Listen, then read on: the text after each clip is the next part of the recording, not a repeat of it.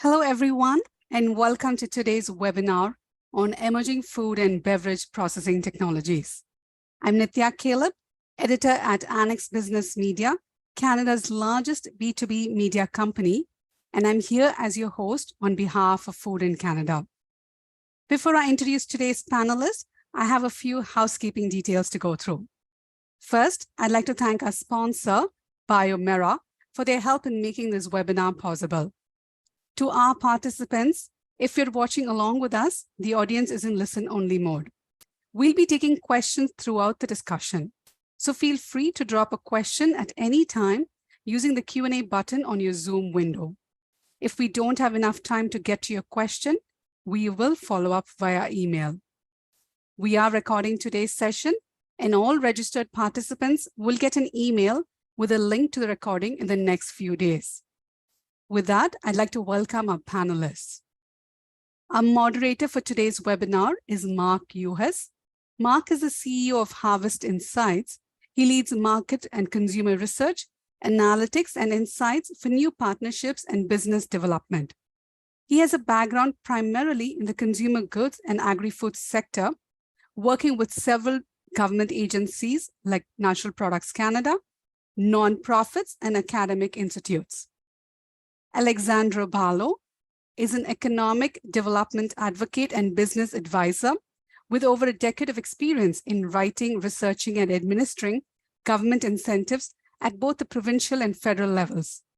She loves learning about where and how disruptive products, technologies, and services originate, and has leveraged her curiosity into funding success for her clients, enabling hundreds of Canadian food businesses to access over $300 million in government incentives. Dr. Jitin Bali is the Chief Scientific Officer of Cultivated Bee. He's joining us from Heidelberg, Germany today. Dr. Bali has been associated with the company since its inception. He oversees scientific technological operations along with prioritizing research directions for current and future markets.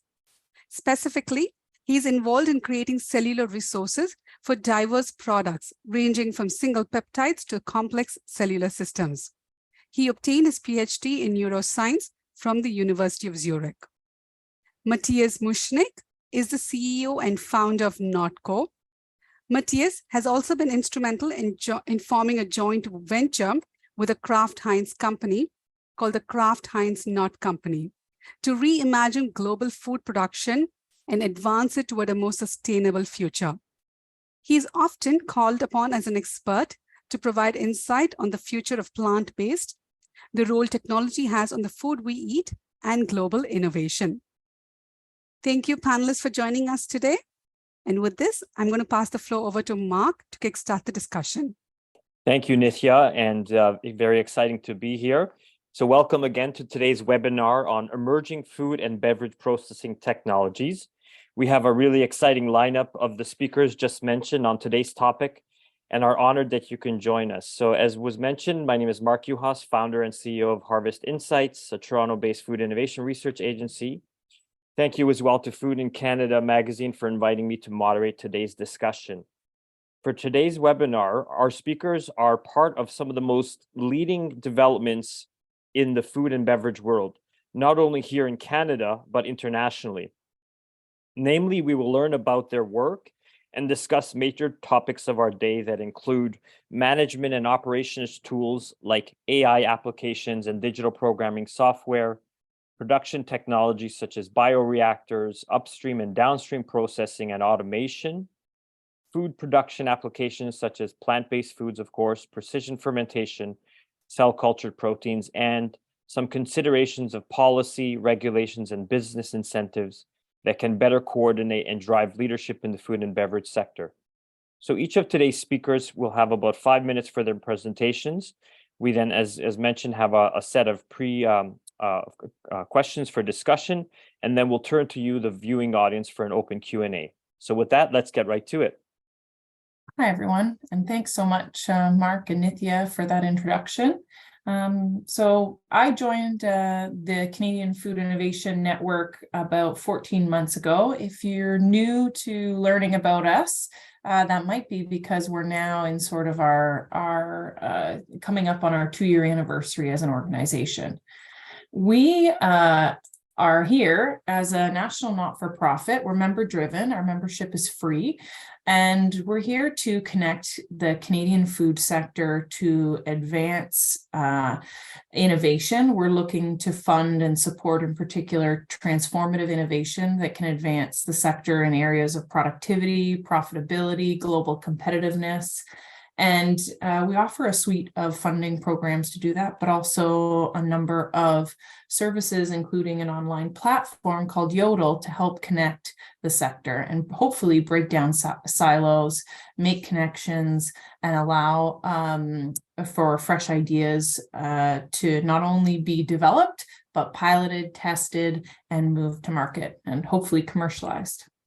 So as I mentioned, we offer some funding programs, and today I'll be taking you through some of our funded emerging food technologies here on the Canadian scene. And then we also have a community, and we're looking to catalyze connections and facilitate partnerships to help grow the sector's capacity. So, I think we're in an interesting space in the Canadian sector. We often, and I think we will do this today, look to global examples of innovation and try and benchmark our advancement. And in some ways, sometimes those numbers aren't so fantastic. But there are a number of opportunities and firms who are innovating. One of them is one of our funded projects based in Quebec with Laboratoire Inadal.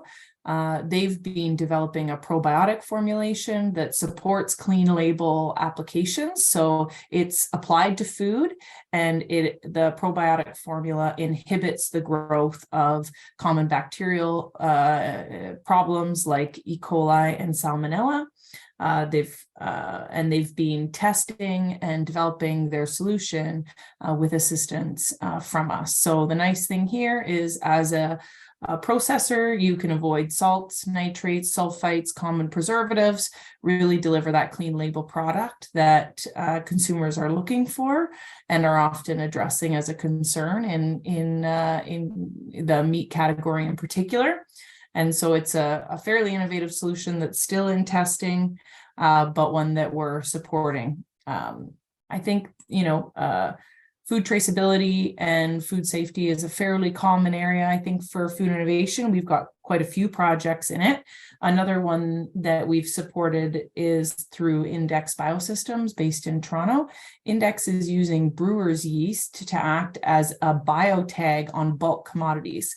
Things like grain, which, at some point we lose the opportunity to determine its provenance and its traceability because it's all bulked together and you can't trace a single grain of rice or of barley, for example. Well, with biotags, the argument is that you can. It also has potential to be applied in things like lettuce, where we've had a number of large food recalls and challenges in addressing traceability. So we're funding the application of those biotags on grain at an elevator, as well as the automated application that will track, store, and manage this data. Food traceability or on our process and in our production floor is not the only space for innovation. One particular recent funding project we have is with Better Cart Analytics, which is looking to offer through the application of AI and machine learning, but also just better data analytics for food processors, independent grocers, who typically have not been able to get pricing or market analytic data unless they engage in fairly expensive report purchases and things that may not be at their grasp. So through a SaaS model, Better Cart can provide you both real-time and historical data on your particular product SKUs and help you drive better pricing decisions. And that sort of information has really been inaccessible to a lot of small and medium-sized players in the market. And lastly, in 2022, some of our first funding announcements were tied to a collaborative program that we ran with Ontario Genomics to support 4 companies based in Ontario working in the area of cellular agriculture. So we funded Ardra, Cell Ag Tech, an organization now called Carol Meat, or evolved, previously called Carol Meats, and then a collaboration between Myopalette and the University of Toronto, all working on cellular agriculture and precision fermentation related products. So we've continued to support in this space. We just closed a call related to cellular agriculture as well for additional projects. So definitely, a suite of areas, I think, even in sort of traditional food processing, but also in more advanced spaces and emerging spaces like the cellular agriculture. We've just launched our call for innovative food processing technology. So if you or any of your partners happen to be working in the area of addressing labor constraints through automation or robotics, extending shelf life, or anything that's posted here, we do have a call open with funding support for those types of advancements. And I welcome you, with 5 minutes only, I welcome you to take a look at our community, and I'm looking forward to hearing more about the discussion. So thanks, everyone. I think we'll go to our next presentation right away. Yep. Good afternoon, everyone. It's a pleasure to be here. My name is Jitin Bali, and I'm heading research and development at the Cultivated Bee. Currently, we have a global footprint. We are mostly situated in Heidelberg, and we also have a presence in Burlington, Canada. In the next 5 minutes, I will try to give you insights about our company and how are we trying to tackle the various challenges thrown us by precision fermentation and the cultivated food market. Yes, so as we have been taught, proteins are an integral part of a healthy diet. And traditionally, meat and meat products or products from animals have been the main source of proteins. However, over the last few years, there has been a continuous consumer awareness and interest in the division of alternative proteins. And alternate proteins is nothing but a protein that can be made in plant-based, fungus-based, bacteria-based system, or it can be biotechnology produced through mammalian or avian cell culture. And it is just an alternative to a conventional protein that can be obtained from an animal. Since it's a functional protein, it can be used as an ingredient in a wide range of food and food products. Now, this growing interest in this alternate protein ecosystem is stemming from the fact from consumerism, and also from that the resources on the planet are finite. We are not able to have enough grasslands to graze all the animals that are needed.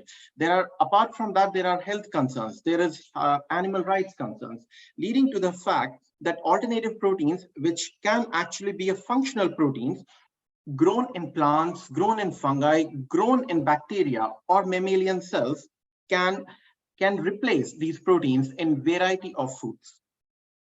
Yes, so having said that, alternative proteins are important to tackling a growing food demand due to its higher efficiency, controlled environment, thereby it reduces risk of many diseases. However, the domain of alternate proteins faces a lot of challenges. And the major challenges in this domain being the technological one, the regulatory one, and its application. Most of these challenges I've tried to granularize on the right side of the screen. In which it boils down to basically its industrial scalability and price parity. Somehow this alternative proteins or culture-based foods should be able to compete with the food that is already produced by farmers and it's already present in the market. Not only the industrial scalability, but price parity, it also has to be translatable in terms of technology. We should be able to have both quantitative and qualitative yields so that we can transfer this technology from a lab bench to a pilot plant scale to actually a consumer-driven product. And this is what we are trying to achieve at the Cultivated Bee. In the next slide, you will see that we are trying to answer many of these challenges that we are facing. These challenges are multiple challenges. From techno-economical challenges to economic challenges. And what we are trying to achieve is have a portfolio in which we are able to offer solutions from a cellular level to a level where you have the cells that can produce the particular product, and these products can be harvested. Not only these products can be harvested, but also we have integral machine components that can be integrated at the cellular level, at the media component level, and also at the bioreactor level, so that we can provide integrated solutions which have applicability in food sector, in pharma sector, and not to mention cosmetics and personal care sector. So thereby we cover a large domain in which the solutions can be either custom made for a particular entrant. It could be a particular pharma company which wants to integrate one of these components in their pre-existing network, or we can provide individual components to a person who is just starting out in the field of precision fermentation, alternative proteins, and also cultivated food market. In the next slide, I have tried to integrate the various comprehensive end-to-end design in which we have tailored made needs for every customer, in which we have cellular machines, in which mammalian, plants, and algae-based systems, also yeast-based systems, can provide individual proteins in high purity. We also have culture media that can be used to grow these particular components. We have downstream processing capabilities along with upstream of these downstream capabilities. And all of that can be provided as a TCB solutions in which we guide people through individual sessions, not only providing them raw materials, but also having a, a technological hand, an expert-driven hand to answer many of the questions that many of these companies would have. So all I want to say is we can provide solutions in the form of actual products, also consult for the establishment of optimizing the process that are already there in certain pharma industry or cell-based industry or food-based industry. In the last slide, I just wanted to give you an example of precision fermentation. The capability of precision fermentation, or how precision fermentation can be used for alternative proteins, and it allows us to scale and cover most of the customer needs through a variety of hosts. This host can be bacterial host, E. coli specific, food grade E. coli strain, Pichia pastoris, which is an algae, which is actually a yeast strain, along with algae strains. In this case, we start with a simple proof of concept analysis where a particular alternate proteins can be expressed. We can perform functional analysis of this protein and also have a fermentation or large-scale bioreactors to integrate these solutions as a catered solution provider.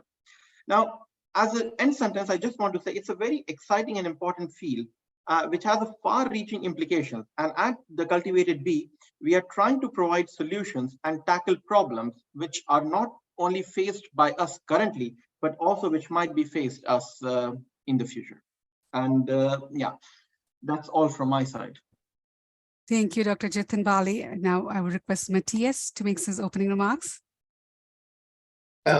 Sure. So I'll try to stick it to the 5 minutes. That's why I didn't bring a presentation, because generally when you have a presentation, you kind of go overboard. So very simple. We're a company that realized that the food R&D process was generating a lot of problems in the consumer goods space. Generally, R&D used to be 3 guys in a lab coat in an experimental kitchen doing trial and error and reading research papers of 1970s on how to apply soy to replace animal-based ingredients, and that was it, right? So you cannot expect an incredibly, futuristic or even consistent with the times that we are kind of like going through in terms of the food landscape that we have, right? So we had created for the last 80 years a food landscape that is very aggressive with the environment. It's very aggressive with the use of resources. It is a very inefficient way of distributing nutrition to the world. And so we needed to do something about it. And if we ask science what's the best way of mitigating all of this, is throughout plants. Now, the most important thing was that plants are really unknown. There are more than 300,000 species of plants in the world, and we have no idea what they can do. So we have no idea if the combination of pineapple and cabbage can create the taste of milk, or the combination of strawberry and tomatoes can create the taste of chicken. So it's not going to be, a bunch of humans that are trying to generate knowledge when it comes to the utilization of plants to mimic animal-based protein. For us, it was always about how artificial intelligence can really help us get there faster, better, more accurate, less costly than anyone else in the space. So generally speaking, Notco is a data company that develops artificial intelligence to disrupt the food industry in many, many ways, from formulation to efficiency in the use of resources, to scalability, to processes. And Notco for that, creating an underlying technology to help us execute better and access the mass market through plant-based products is what gets us to the $1.5 billion valuation that we have today. We raised around $430 million till date. We're in the Series D round. We just closed around 4 months ago, confirming the price of 2021. So all in all, we've been able to scale this startup through 7 different countries where we have local operations. We are in Chile, Argentina, Brazil, Colombia, Mexico, the US, and Canada.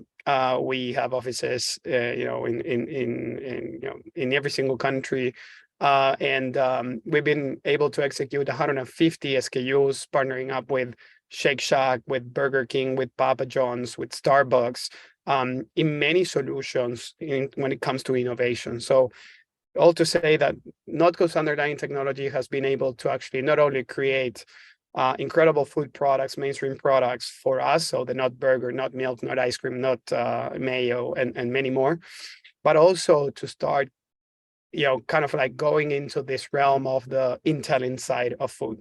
So we've been partnering up with different companies, and the most, the public one, the biggest one is for sure the Kraft Heinz Nut Company, joint venture, in which we basically create the nut versions of the products that Kraft Heinz has as the biggest part of their branding and portfolio. You were talking about, mac and cheese, Kraft singles, Oscar Mayer sausages, and so on. So very glad that we chose artificial intelligence as the underlying platform for Notco to really start creating a dent when it comes to, the plant-based world, and really accessing the mass market, allowing us to move the needle of sustainability. Because if we kept it, not mainstream, and we couldn't get into the mainstream market, then really, we should all question ourselves, what are we doing, right? If you access the mass market, then that's where you actually are complying with the mission of the company, which is the moving the needle of sustainability. And I think we've done that, incredibly well. Both throughout our own products and our retail execution, and throughout the build-up of our technology, accessing these strategic partnerships in the QSR side, and also being able to penetrate and cascade this throughout the brands of Kraft and maybe many more in the future. So pretty exciting path for the future for Notco. So yeah. Thank you. So thank you very much as well, Matthias, and to Alex and Jitin for your presentations. So we have now just over half an hour to answer some questions and to have a panel discussion on these really important issues of our time and these exciting developments. So the first question that I have for us, and some elements of it have been addressed, is, of course, a lot of attention and innovation is currently focused on alternative proteins and a more sustainable and healthy food offering for consumers, whether here in Canada or internationally. We've also seen quite a bit of market fluctuation in the performance and reception of some of these alternative protein brands that we've seen headline, in major news announcements. With some of this experience from these recent market developments, for the panel, what do you see as an important opportunity to better utilize emerging technologies to better gauge or modify and adapt new food product development? So whoever wants to go first with that. I mean, I can take it first. I think that the industry itself has been kind of like evolving, right? At the very beginning, there was this like, craziness around what plants could do that we never thought of before, right? Creating, a burger that tastes like meat, and plants that tasted like burgers, or like chicken, and so on and so forth. So first and foremost, we had the first wave, which was the wait, what moment. And then, the industry itself is trying to adapt. I mean, let's not forget that we're going through a recessive time. It's a type of recession, inflation. Plant-based is still the Ivy League, of food. So it's still premium priced. Now consumers maybe in pandemic, they were way more associated with a behavior of consumption that was seeking for sustainability and aspects that changed, right? So today is value for money. People are with more constrained budgets, and they're seeking for, the more the merrier. And maybe sustainability, it's not the number one driver of their consumption. So we need to make sure that we are, preaching to the right crowd, the right messages, right? I think we have been shifting around on that clear message. So marketing is something that is super, super important in this moment in time. It's not only about product, it's about communication. It's about, resounding with the new generation of consumers. It is, creating the formats of products that people are willing to take, pricing strategies. There's so many things that are maybe micromanaging, decisions, but they're so, so important because everyone is doing it.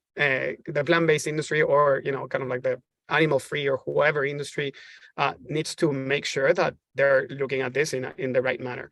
So price point is very important, and then preferences, right? It's plant-based has always been about mimicking something. Is there a path to innovating?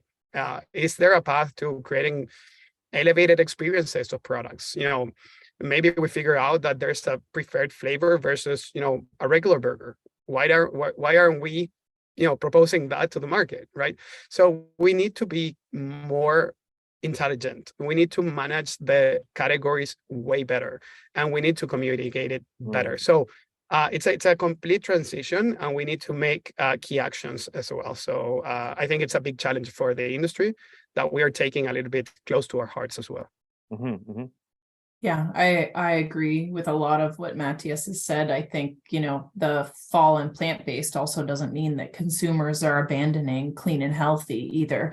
It's really about what is going to track with consumers around their interests, their palates, but also their budget. And, again, plant-based has emerged as a confusing category in the grocery store shelves. Where is it put? How is it marketed? I think that the opportunity for consumer and retail insights here is huge. As we adopt scalability with some of these companies, the price point is going to change. I also think that there's a huge opportunity within existing product categories to cater to clean label and healthy trends in consumers that is not being taken advantage of. It doesn't, I understand the appeal and the interest in plant-based, and I myself am a consumer who's been attracted by those choices and very interested. And obviously, I think probably many of us on today's webinar are more educated consumers in some of these regards versus the average Canadian, but there's a ton of opportunity here. But I think that there's a lot of power behind analytics and assessing from a brand perspective, and working collaboratively also with your retailers about where your product's being positioned. And I think that's a larger conversation that's going to be happening over the next little while. And of course, we're not really feeling any of the negative impacts of some of our current traditional choices as well, right? We currently eat a lot of products that have achieved economies of scale that from an environmental perspective are not really the best aligned with what we need to be doing. And that's also a conversation that is happening in the media, and we're getting more and more information about what the risks are and impacts of our choices. And so, as consumers absorb that, you may continue to see those choices change. But definitely a recessive element to the economy, I think, is not helping people when they're making choices at the grocery store. I agree with both of my panelists. I mean, you guys are seeing it with respect to the consumer. You're seeing it with respect to sustainability. There has to be an element of research and development. There has to be an element of innovation, not only with respect to providing food, but the food is much more cleaner. The ingredients are much more controlled in a way that your market is not only a person who is going to a grocery store, but a person who theoretically can be person suffering from heart conditions. So you can control lipid content of a particular food product through a plant-based thing. You can control a particular kind of proteins. For example, in lipids, you can control cholesterol. So these things, innovation-wise, taste would definitely matter. I mean, as Yes. Matthias has mentioned, that it should not be like a burger which is already available, but a new variety of burger. But we also should consider the health benefits of this controlled environment could you have. I mean, you could reduce a lot of antibiotic usage, which is currently going into the farmland.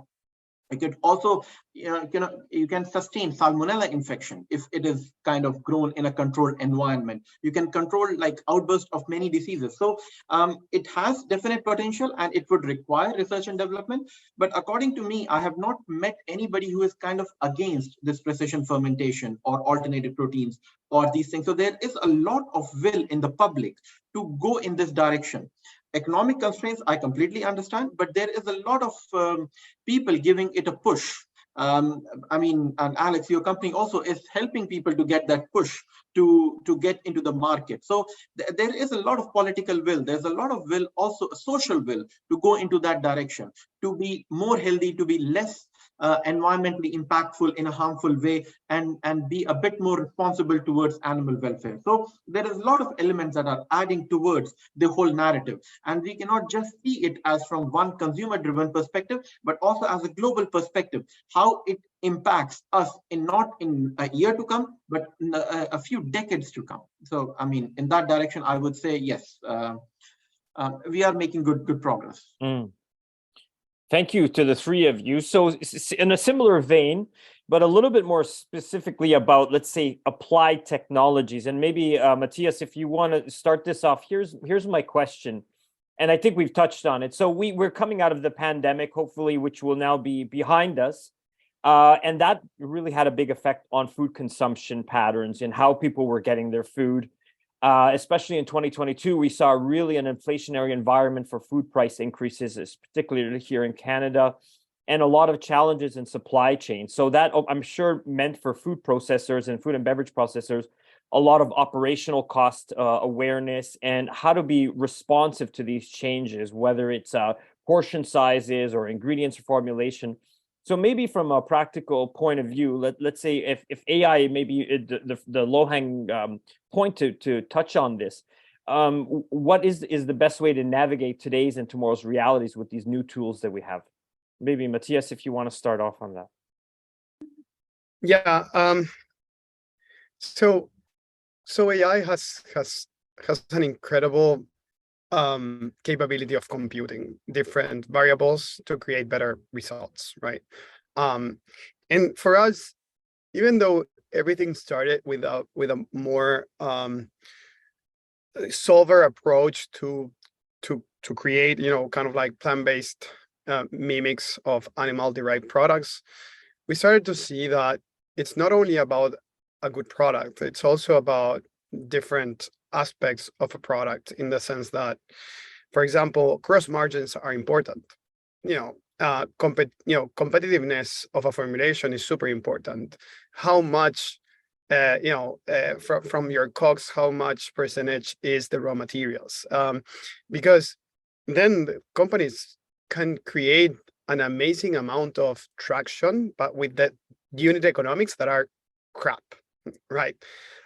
We see that in the market. We see the public companies being super pushed by investors saying there's a lot of undelivered promises here. You said you were going to be profitable, but how can you be profitable if you started with selling a product that has negative gross margins? Like, that's absolutely impossible. And forget about getting into the average of the industry of CPG, which is like 50% of gross margins, right? So I think the industry itself has done a very bad job at understanding that, at failing what was important for both investors and consumers. Because when you have these margins, yes, you're in a growth trajectory in which you have a lot of money in the bank because you raised, a couple of rounds of, I don't know, you have $200 million in cash. You can subsidize growth in that direction because you can start selling, at negative gross margins. You can do, all sorts of activation in the point of sales, discount TPRs, you can do many, many things. Now, is that a good long-term strategy? No, right? And we see it right now because the access to capital now, it's very different to what we had in 2021. So companies in the precision fermentation area are dropping. They're going bankrupt because they're not selling anything. And the capability of them raising a new round of funding is zero. Because today, no big fund actually wants to create cap rounds because no one knows how much these companies are worth. And I understand that, right? It's understandable, and so, being that said, the dynamics of the industry need to change. AI for us has been an incredible partner when it comes to understanding not only what are great formulations, is what are great formulations that could be sold at a very competitive price, with the proper gross margins, right? So the tool of AI is not only now about generating knowledge, it's about generating good businesses too. So, a way to portray it is very, the way the AI works at Notco internally is a very ChatGPT oriented functionality, right? So for food scientists, saying, hey, I want to create nut milk. What's the formulation? What's the process? How do we scale it? What are the gross margins? What are the capabilities of the product that we want to create? Hot in foam, foam in hot, foam in cold, have good mouthfeel. Doesn't curdle with the pH of any coffee out there. So on and so forth. So AI is really a tool that can really solve for many, many problems. And that's how I think AI should actually navigate this. And with precision fermentation companies, for example, we are able to help them on this path to improve their yields, to reduce their costs, and so on and so forth. So I think AI not only is an incredible partner for research, it's also an incredible partner for profitability as well. It was going in a precision fermentation angle, so I wondered if Jitin wanted to go first. I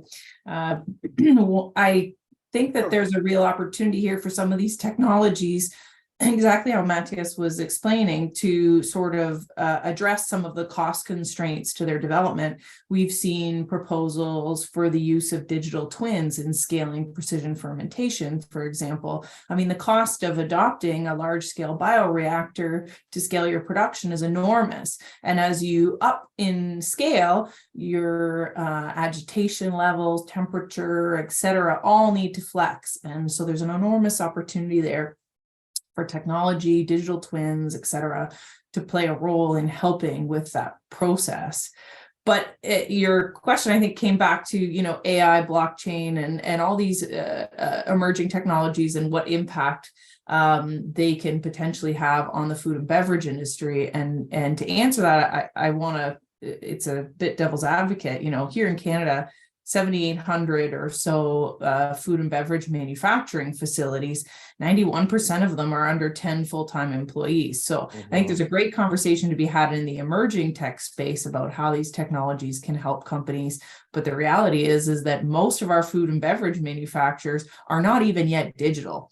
And so if companies are looking at creating new technology for the food sector, I encourage them first and foremost to consider about accessibility, about usability, especially among those who are not yet running fully digital operations.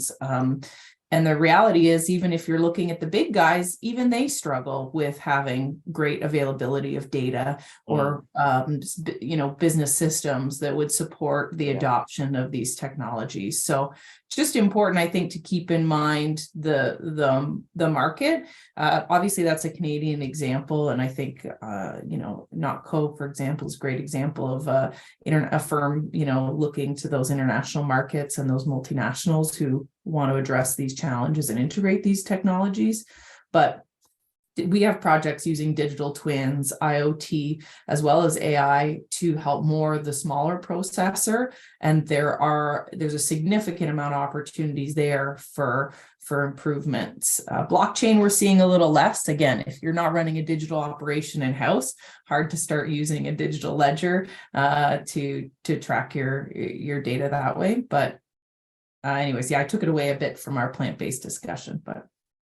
Okay, go ahead, Jitin, if you want. Yeah, go ahead. Yeah. No, but Alex and Matthias had pretty important points with respect to there is a lot of think capital and there is a lot of scalability problem. That problem is there in any industry which is starting to grow up. I mean, if you want to have a feel of a milk in a coffee, that's a very complex problem because it has a lot of variables. So, and small companies might need to granulize a few of these concepts and come up with, okay, maybe I don't want to have the full feel, but maybe I can be a provider in which I just produce one component of this entire thing. And that's why, answering all the same questions by a small startup might not be useful. So you might have to break down the question in which and try to partner up with certain other companies as a whole. And so, the pie is quite big. And one company does not need to have the whole portion of it. We can actually slice it up and find solutions that fits for everybody. And I agree with Matthias in a way that AI data-driven approach should be useful. But currently, this data is not there, much of the data, especially in precision fermentation and alternative protein market. Once the data comes more and more into the picture, we can definitely take help of this AI-based tools. But yes, future is there for AI. Excellent. I love everyone's passion for this. Of course, these are topics that are, as a panel, we all think about intensely. The next question is one that I'm really curious to hear what all of you say, and maybe if I may to Alex, from your work in economic development, and then the rest of the panel. Global developments in food and beverage innovation are fast-moving and dynamic. Countries around the world are really assessing their policy frameworks related to their food sectors. But these frameworks also have real implications for businesses, investment attraction, and talent generation.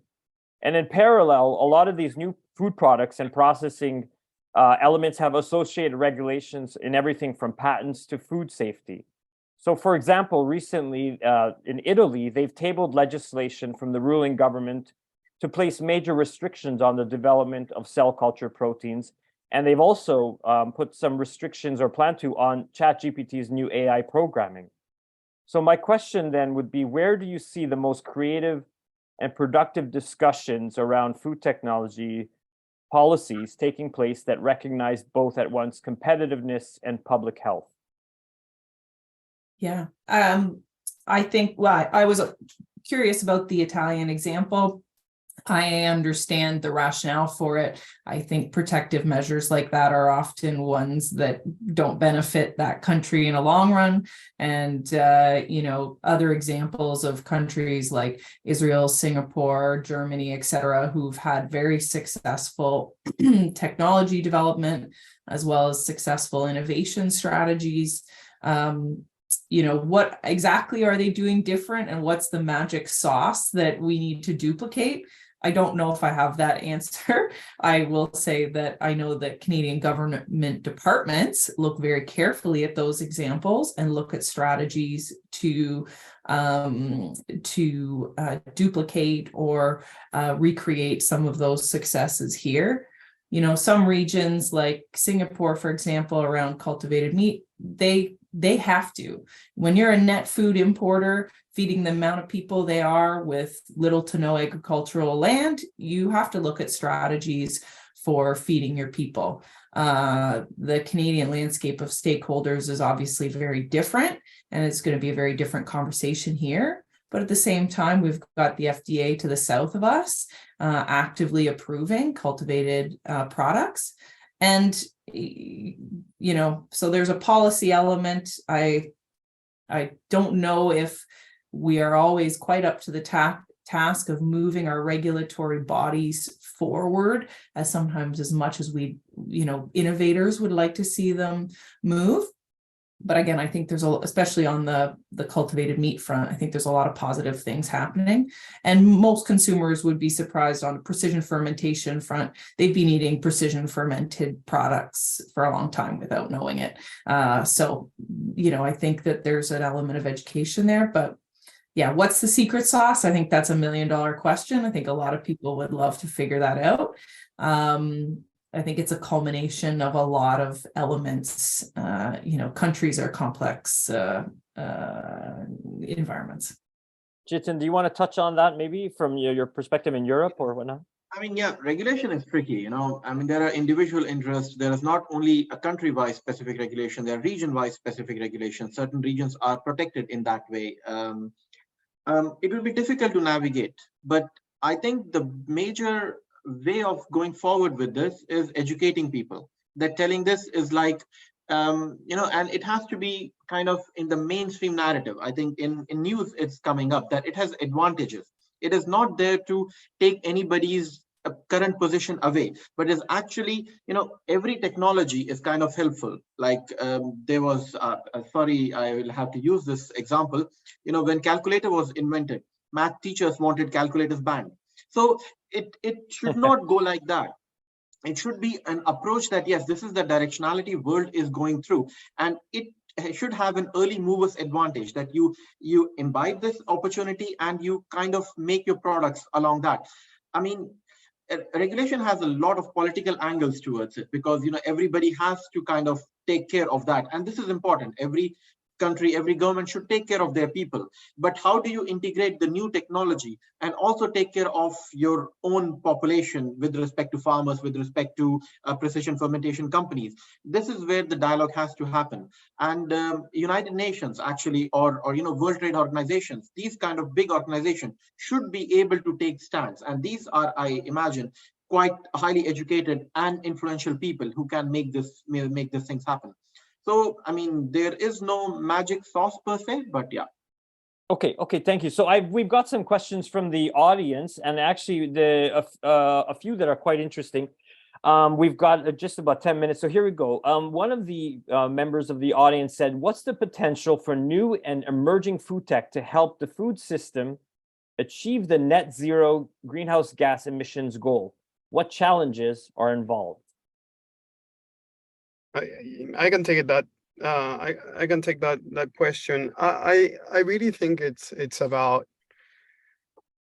doing our job better. It is penetrating the mass market as we never did before.